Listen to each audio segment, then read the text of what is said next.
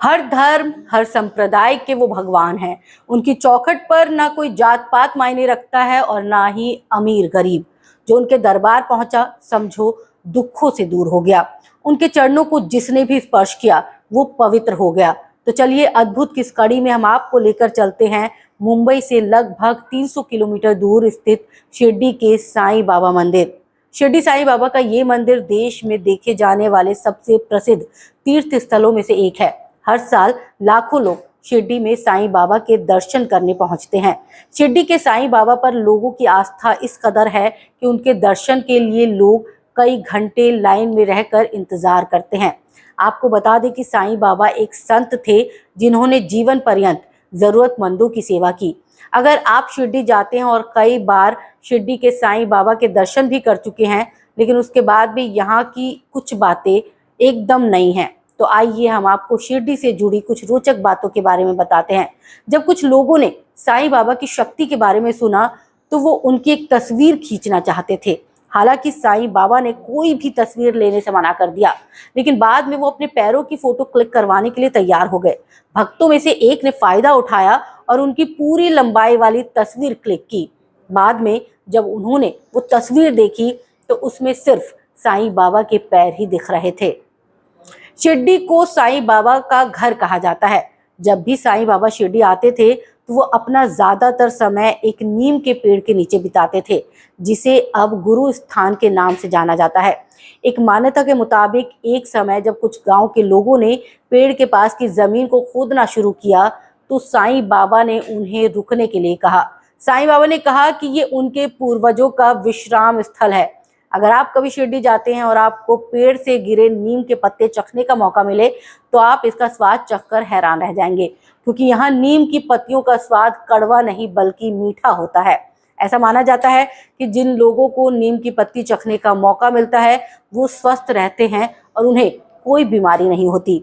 वहीं शिरडी में शराब पीने के नियम अलग हैं। ऐसा माना जाता है कि 1954 में पहली बार साईं बाबा शिरडी में दिखाई दिए थे। उस समय बाबा की उम्र लगभग 16 साल थी। साईं बाबा ने अपने जीवन काल में कई चमत्कार दिखाए थे, जिसकी वजह से साईं बाबा के प्रति लोगों की आस्था बढ़ रही थी। खास बात यह है कि साईं बाबा की पूजा अर्चना सिर्फ भारत ही नहीं बल्कि पूरी दुनिया में होती है और उनके चमत्कारों का गुणगान भी किया जाता है। सबसे खास बात यह है कि शिरडी के साईं बाबा को छोड़ दे तो इसके अलावा जहाँ जहाँ भी साईं बाबा के मंदिर बने हैं वहाँ उनकी मूर्ति एक ही छवि वाली है, वो भी संगमरमर की मूर्ति। मान्यता है कि साईं के इस आसन वाली मूर्ति को शिरडी में ही बनाया गया था जहां उन्होंने समाधि ली थी। इस मूर्ति की पूजा साल 1994 से लगातार की जा रही है। ऐसी मूर्ति के पीछे एक गहरा राज भी छुपा है, जिसके बारे में उनके भक्तों को शायद ही पता हो। दरअसल लोगों का मानना है कि साईं अपने भक्तों के कष्टों को दूर करने के लिए खुद आते हैं। एक घटना खुद साईं बाबा की ये मूर्ति बनाने वाले शिल्पकार से जुड़ी है। इसके बारे में जानकर आपको हैरानी होगी। जी हाँ, जिस शिल्पकार को साईं बाबा की मूर्ति बनाने के लिए कहा गया, उसके सामने सबसे बड़ी मुश्किल ये थी कि वो मूर्ति को किस तरह से बनाए। ऐसी दुविधा में उसने कहा गया कि वो साईं बाबा को याद करे और मूर्ति बनाए।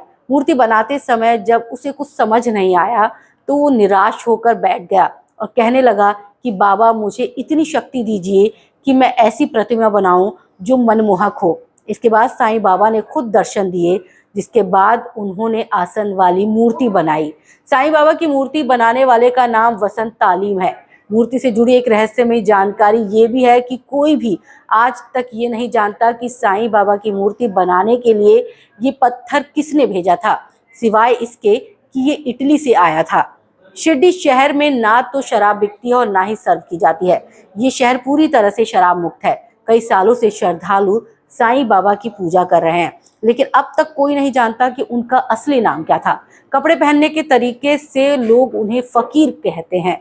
साईं बाबा के लाखों भक्त उनका आशीर्वाद लेने के लिए शिरडी जाते हैं। शिरडी में साईं बाबा मंदिर का निर्माण 1922 में किया गया था। साईं बाबा के निधन के 4 साल बाद ये मंदिर बनाया गया था। मंदिर का निजी स्वामित्व श्रीमंत गोपाल राव के पास था, जो नागपुर के एक करोड़पति थे। वो साईं बाबा के बड़े भक्त थे। उनके निधन के बाद मंदिर बनाने का फैसला किया गया। फिलहाल मंदिर का स्वामित्व और संचालन श्री साईं बाबा संस्थान ट्रस्ट के पास है। आंध्र प्रदेश में तिरुपति के बाद ये दूसरा सबसे अमीर मंदिर है। शिरडी शहर की एक और बात आपको हैरान कर देगी और वो है यहाँ की साक्षरता दर। शिरडी में साक्षरता दर देश में सबसे ज्यादा है। तो कैसी लगी आपको अद्भुत की कड़ी में हमारी ये पेशकश, कमेंट करके जरूर बताइएगा और भारत आज को लाइक, शेयर और सब्सक्राइब जरूर कीजिएगा।